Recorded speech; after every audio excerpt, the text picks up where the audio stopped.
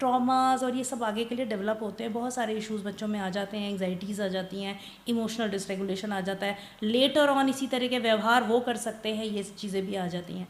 तो इन केसेस में हमने पहले तो बच्चे के साथ तो जो डील किया उसको काफ़ी हमने इन तरफ अवेयर किया कि सेल्फ प्रोटेक्शन क्या है, सेफ्टी रूल्स क्या हैं, आपको अपनी बॉडी अवेयरनेस होनी चाहिए और बॉडी की सेफ्टी कैसे होगी, this belongs to you, no means no, वो सारी चीज़ें हमने उनके साथ तो डिज़ाइन करी कि सेशंस आफ्टर सेशंस हम करेंगे, वो किसको ट्रस्ट करे, किसको ट्रस्ट नहीं करे, हर किसी से बचना, बहुत ज़्यादा जवाब नहीं दे पाना, क्योंकि इंटेलेक्चुअल डिसेबिलिटी थी, उसको बातचीत उतना करना नहीं आता था, तो वो जो सिर्फ पढ़ाई पढ़ाई पढ़ाई के लिए करे जा रहे थे, वहाँ से हटा के पहले हमने इसको प्रायोरिटी में लेके and then we moved forward.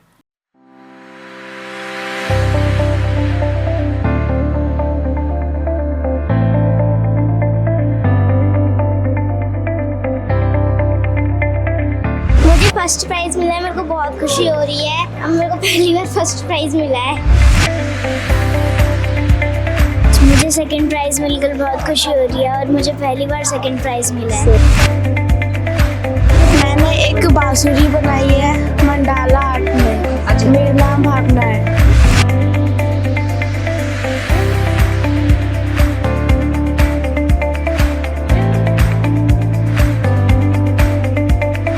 Price मिलकर बहुत खुशी हो रही है, अच्छा लग रहा है।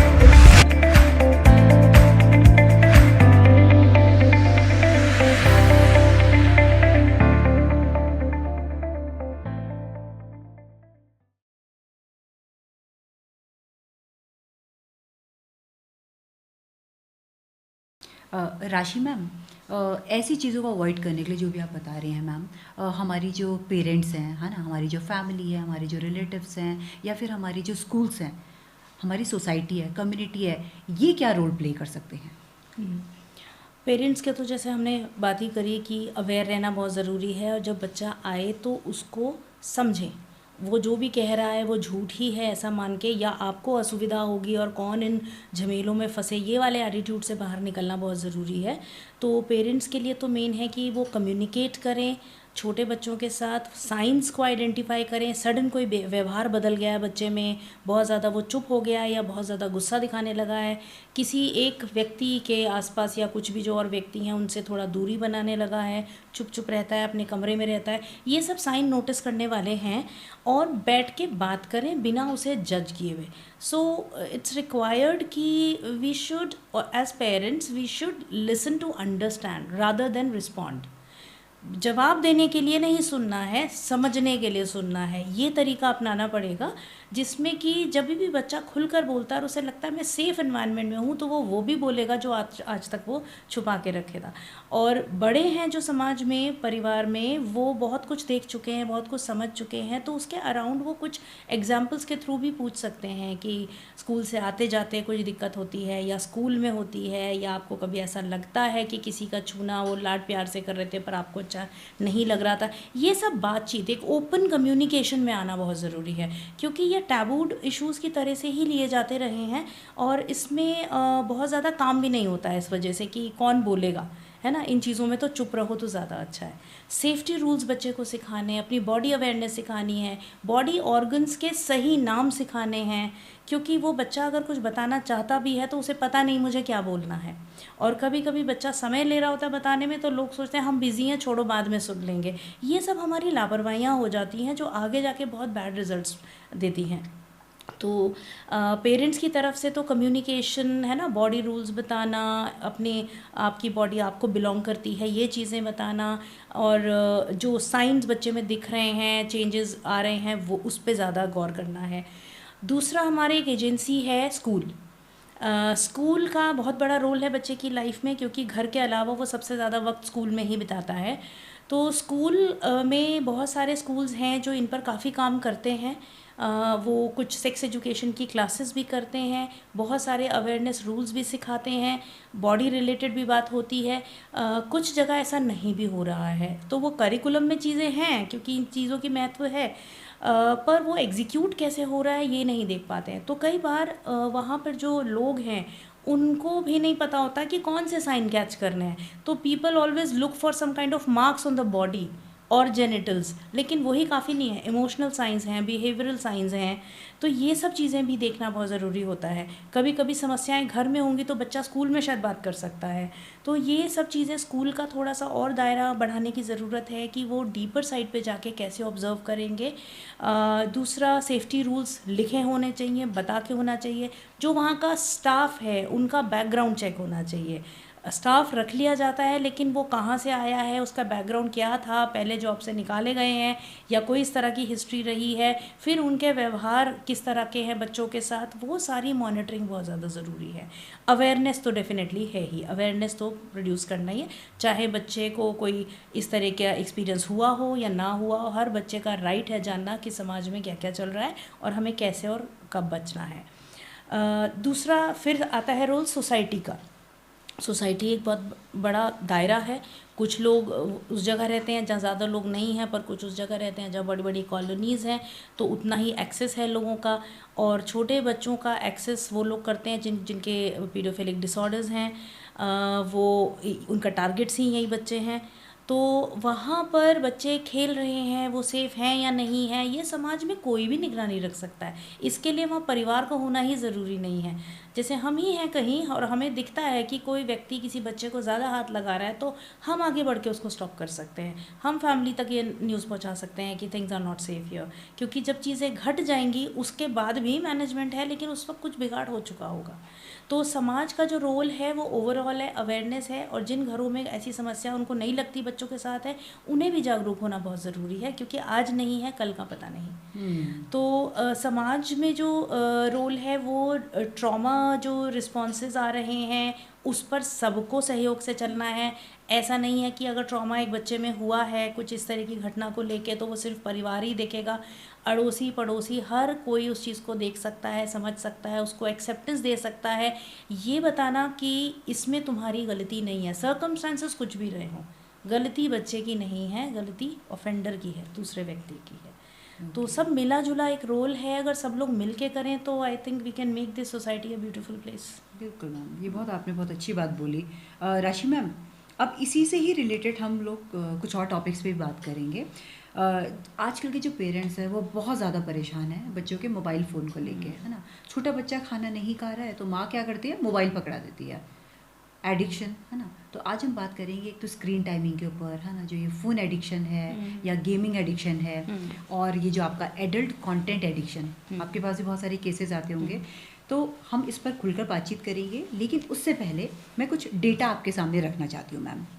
मैम, भारत की आबादी 1 अरब 46 करोड़ से ज़्यादा है। इनमें से लगभग 1 अरब 12 करोड़ मोबाइल कनेक्शन एक्टिव हैं, मतलब 4 में से 3 भारतीय के पास मोबाइल है। भारत में 80 करोड़ से ज़्यादा लोग इंटरनेट इस्तेमाल कर रहे हैं, यानी हर दूसरा भारतीय इंटरनेट पर है।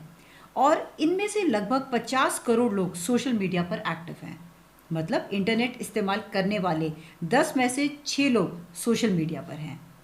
इसी तरीके से मैम, भारत की लगभग 21% आबादी बच्चे और टीनेजर्स हैं, यानी 5 में से 1 व्यक्ति बच्चा या किशोर है।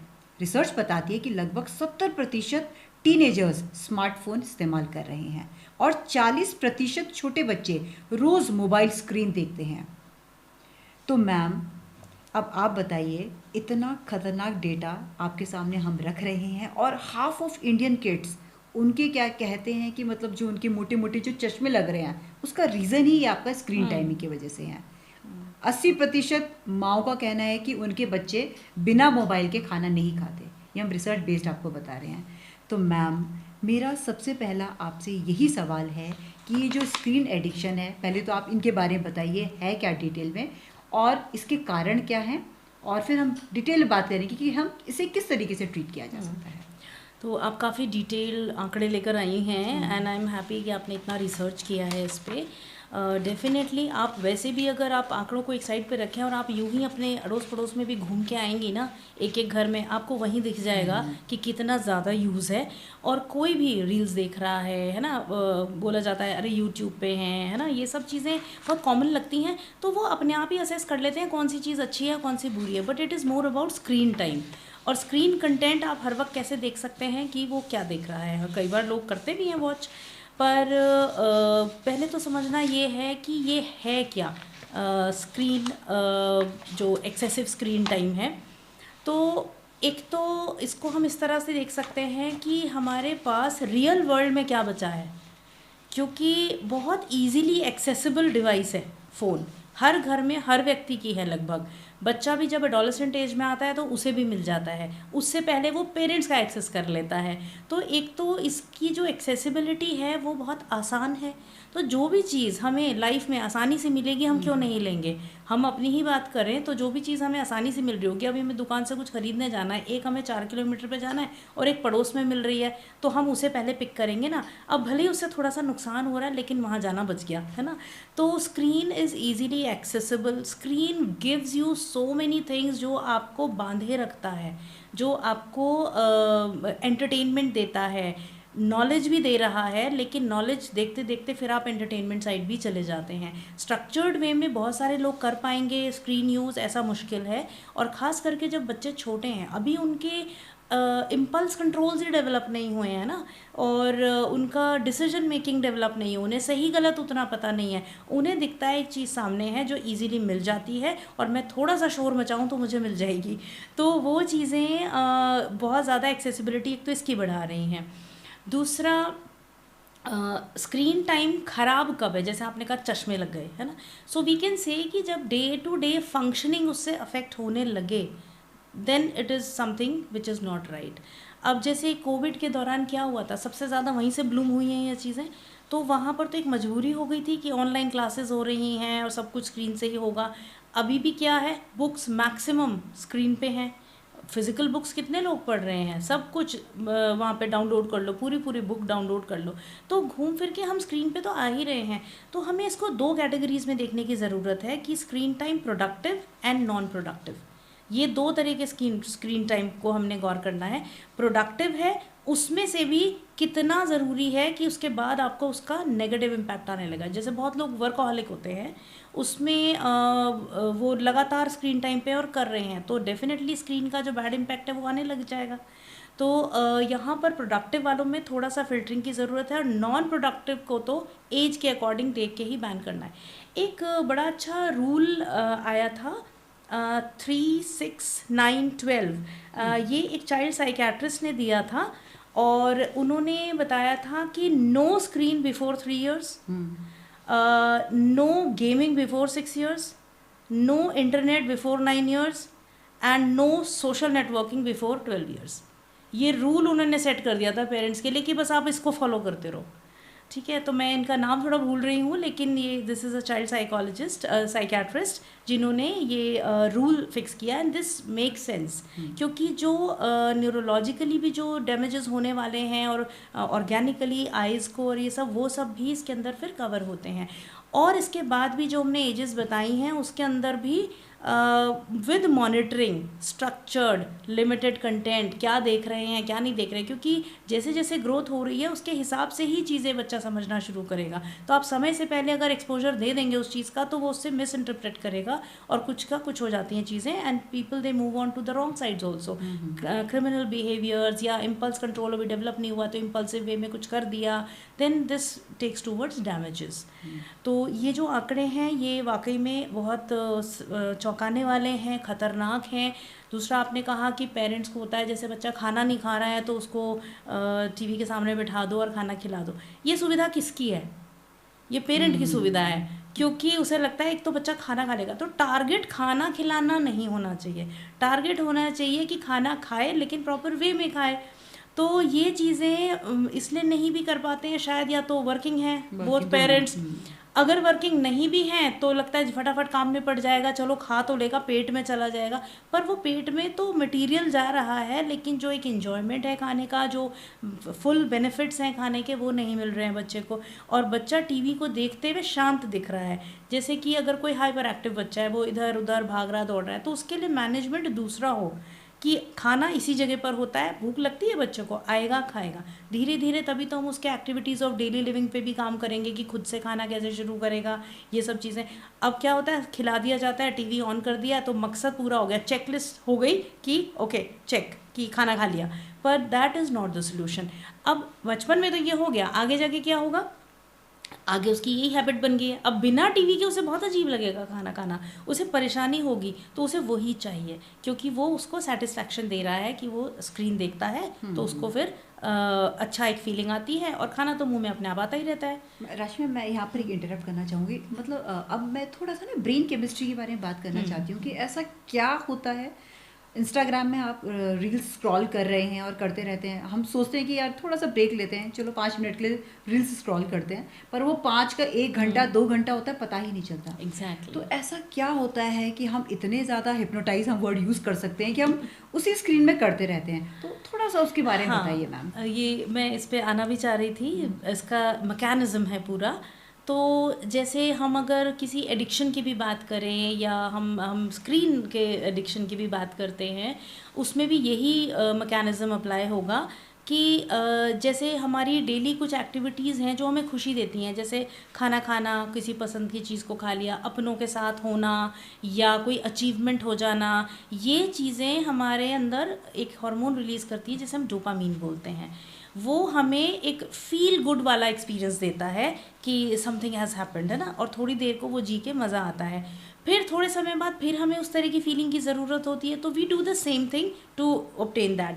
अब होता क्या है कि जब व्यक्ति किसी एडिक्शन में है या एक्सेसिव यूज़ कर रहा है किसी चीज़ का, जैसे मोबाइल फ़ोन, वहाँ से एक्सेसिव सर्ज होता है डोपामीन का, ठीक है। तो ये जो रील्स देखना है, ये कहीं ना कहीं कुछ दे रहा है अंदर जो आपको बेटर फील करा रहा है। अब ये जो फीलिंग है ये उस बिहेवियर को रीइंफोर्स करती है जिसकी वजह से बेटर फीलिंग आई थी। तो अगर तो वो सही बिहेवियर्स हैं तो वो उन्हें रीइंफोर्स करेगा, लेकिन ज़्यादा डोपामीन कहाँ से आ रहा है? उन बिहेवियर से जो शायद अनहेल्दी हैं, तो वो उनको अडाप्ट ज़्यादा करते हैं कि ये वाला चीज़ कर लेना चाहिए बार बार। तो होता क्या है, आप देखिए कि एक हमारे कुछ न्यूरोलॉजिकल सिस्टम्स में जो चेंजेस आते रहते हैं, उसमें वो रिमाइंडर्स की तरह है।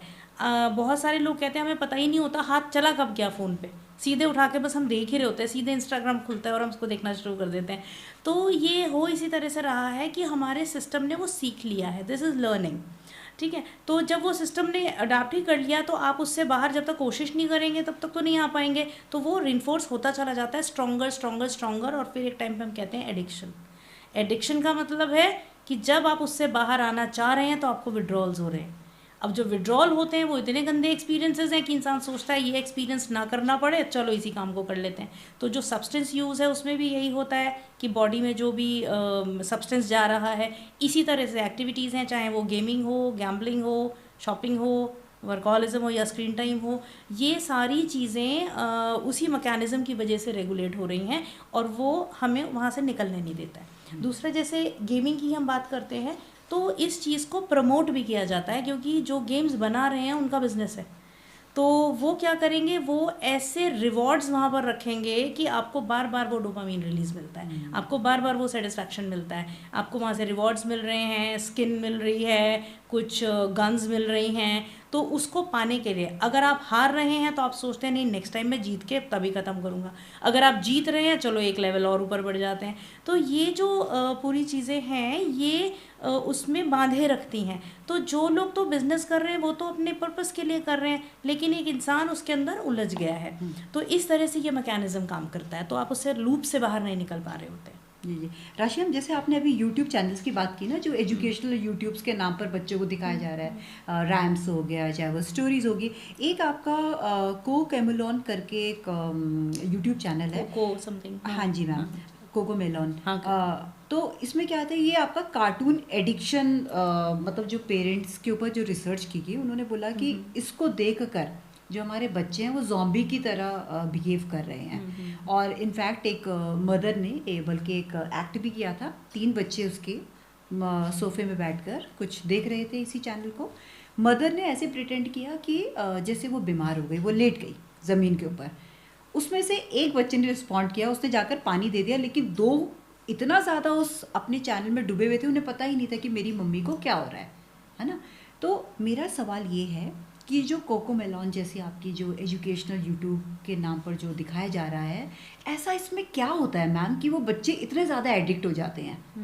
तो इस पर हम थोड़ा बातचीत देखिए, करना मैंने ये देखा तो नहीं है, पर जो आपने एक्सप्लेनेशन दिया है उससे मैं थोड़ा सा कोशिश करती हूँ कि इसका मैकेनिज्म आपको बता पाऊँ कि क्या हो रहा है। जैसे कार्टून होता है मैम, हाँ हाँ, कैची हैं चीज़ें, catchy, जैसे exactly. कैची हैं, है ना। अब एक चीज़ जो हमें बहुत ज़्यादा अट्रैक्ट कर रही है, बहुत ज़्यादा उसमें हमारा ध्यान जा रहा है, तो हम दूसरी चीज़ों पे उस वक्त ध्यान नहीं दे पाएंगे। तो अटेंशन क्या है, अटेंशन एक बार में एक ही चीज़ पे रहेगा।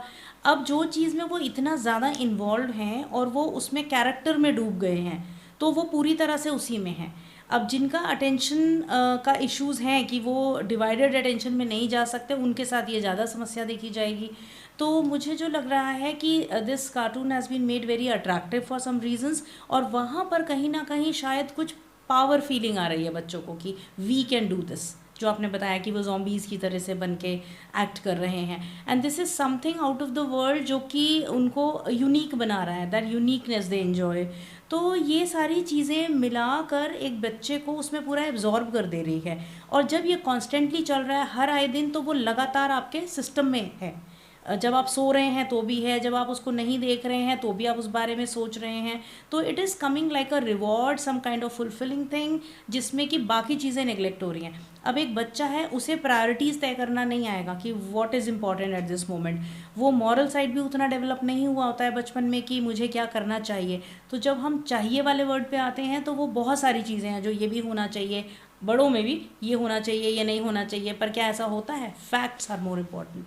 तो पहले तो इस तरह की चीज़ें अगर ऐसे एडिक्शंस ला रही हैं या बच्चे इतना ऑब्सेस्ड हो रहे हैं, तो उस कंटेंट को चेक करना, बैन करवाना ज़रूरी है। ऐसे पहले हुए हैं, कुछ कार्टून्स पे एक्शन लिए गए और उनको मना किया गया क्योंकि वो अब्यूसिव लैंग्वेज थी उसमें, और मैं नाम नहीं लूँगी इस पर्टिकुलर कार्टून का, पर उसको बंद किया गया क्योंकि बच्चे अडाप्ट कर रहे थे।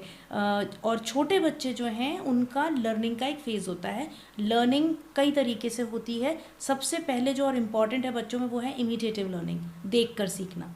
ट्रायल एंड एरर बाद में आ रहा है, क्योंकि पहले कोशिश करेंगे, उसमें गलती होगी, फिर उसको सुधारेंगे, फिर सीखेंगे, वो एक अलग लेवल का लर्निंग है। फिर इंसाइटफुल लर्निंग्स होती हैं। तो जो छोटा बच्चा है, वो सबसे ज़्यादा इमिटेटिव लर्निंग पे होता है, जो सामने से दिख रहा है वो करो।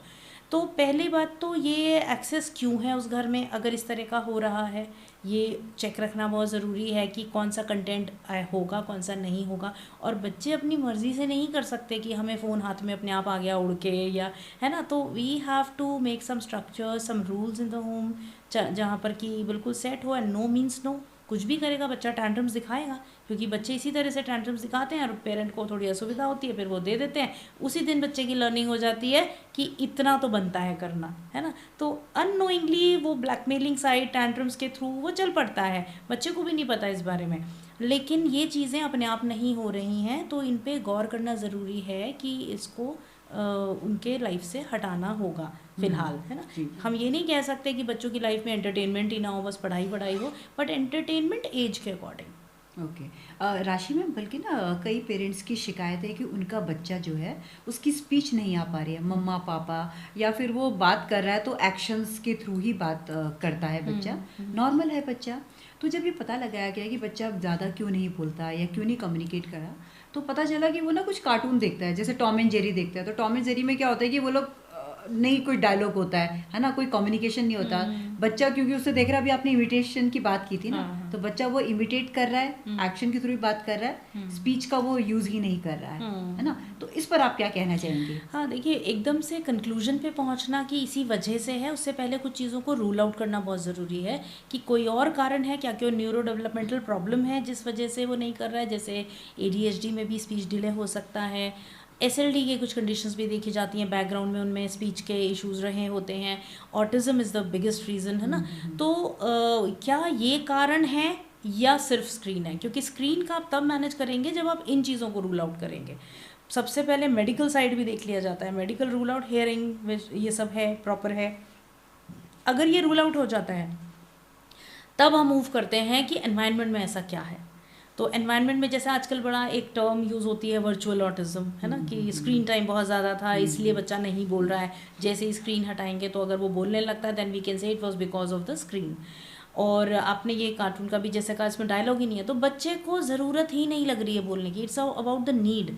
तो क्या हम बच्चे को वो नीड महसूस कराते हैं, या हम अदरवाइज़ भी लाइफ में ऐसा ही कर रहे हैं कि उसे जो चाहिए उसके हाथ में आ गया, उसने कुछ मांगा, सिर्फ इशारा किया और आपने उसके हाथ में दे दिया, उसको बोलने की ज़रूरत ही नहीं पड़ रही है। तो वो नीड पहले महसूस कराना ज़रूरी है कि बोलना क्यों ज़रूरी है। तो we should wait we should give ideas to the child, कैसे मांगना है ना, क्या बोलना है, वर्ड्स दे सकते हैं, और वो जब मांगता है तो देना है, उसके आई लेवल पे आके बात करके देना है, ताकि वो आपको देख सके कि कैसे हो रहा है। तो इमिटेशन यहाँ पर भी है, जैसे आपने बोला कार्टून्स वगैरह में आप देख रहे हैं, और दूसरा एनवायरनमेंट में अपॉर्चुनिटीज़ वो हैं कि नहीं हैं, तो यहाँ से भी चीज़ें आती हैं। And it is not only screen, it is also about the other side of things, क्योंकि खाली स्क्रीन अगर हम देख रहे हैं तो क्या उसके अलावा दुनिया नहीं है? तो वहाँ सारे बच्चे तो म्यूट नहीं हो जा रहे हैं या ना बोलने की तरफ नहीं जा रहे हैं। So it's more about interaction. जैसे मैं आपको एक एग्जांपल दूंगी कि आप और मैं बात कर रहे हैं, तो the communication is completed when I से समथिंग, यू लिसन, यू से समथिंग, व्हेन आई लिसन, है ना, रिस्पॉन्स, हाँ, है ना। तो ये चीज़ कहीं मिसिंग तो नहीं है, ये भी देखना है। तो जब हम इंटरैक्टिव चीज़ करते हैं तो बोलने की अपॉर्चुनिटीज़ बढ़ती हैं, because the other person is waiting for the answer. लेकिन टीवी क्या है? वन वे है, वो सामने से चल रहा है, आप सिर्फ देखे जा रहे हैं, आप कुछ रिस्पॉन्स नहीं दे सकते, आप उसको कुछ बता नहीं सकते, आप कुछ ऐसा नहीं कर सकते वो क्वेश्चन करे और आप जवाब दे रहे हैं। तो ये स्क्रीन टाइम ऐसे भी डैमेजिंग है कि ये टू एंड फ्रो नहीं रह गया, ये वन साइडेड हो गया, तो बच्चा सिर्फ देख रहा है, कॉपी कर रहा है, इससे ज़्यादा वो कुछ कर ही नहीं पाएगा। So again I would say कि कंटेंट को वॉच करना है ना, क्या चीज़ दिखानी है, क्या नहीं दिखानी है। और मान लीजिए जैसे टॉम एंड जेरी जैसी चीज़ें हैं, बच्चों को पसंद भी आती हैं, हम लोगों को भी पसंद आ जाती हैं, तो उसके साथ साथ जो अपॉर्चुनिटीज़ हैं वो कितनी मिल रही हैं। तो स्ट्रक्चर्ड लिमिटेड टाइम हो कि इतनी देर होगा, और उसके अलावा आपको ये चीज़ें एक्टिविटी करनी है। तो लाइफ में बाकी डोमेन्स क्या हैं वो हाईलाइट करने हैं। Screen time is one of those, क्योंकि आप आज के टाइम में स्क्रीन से बिल्कुल कम्प्लीटली नहीं बचा सकते बच्चे को, पर ये तो रख सकते हैं कि कौन सा कंटेंट वो देख रहा है। And another thing, screen time should not come as a coping skill or a coping mechanism, it can come like a reward. जैसे कि आपने इतना सारा काम कर लिया, अरे वाह आज आपने तो ये बहुत अच्छा कर लिया, चलो आपको अब 15 मिनट के लिए स्क्रीन टाइम मिलेगा, this is a reinforcement, this is a reward. लेकिन बच्चा एंक्शियस है, टैंट्रम्स कर रहा है, डिमांड कर रहा है, या उसको बहुत ज़्यादा कुछ लो फील हो रहा है, इसलिए स्क्रीन टाइम पे आना है, उसी दिन से वो बिहेवियर रीइंफोर्स हो जाएगा। Whenever you are angry, whenever you are agitated, आप टीवी खोलो या रील्स देखना शुरू कर दो। बड़े क्या कर रहे हैं? यही तो कर रहे हैं, थक जाते हैं तो वो रील्स देखते हैं, तो वो गड़बड़ हो जाती है। एडिक्शन में भी हम बोलते हैं कि लोनलीनेस, थकान, है ना, इन सब ऐसी जगहों पर, मतलब इन वजहों से आप मत जाओ उस तरफ, नहीं तो उसी दिन वो चीज़ रीइंफोर्स हो जाएगी। जी जी।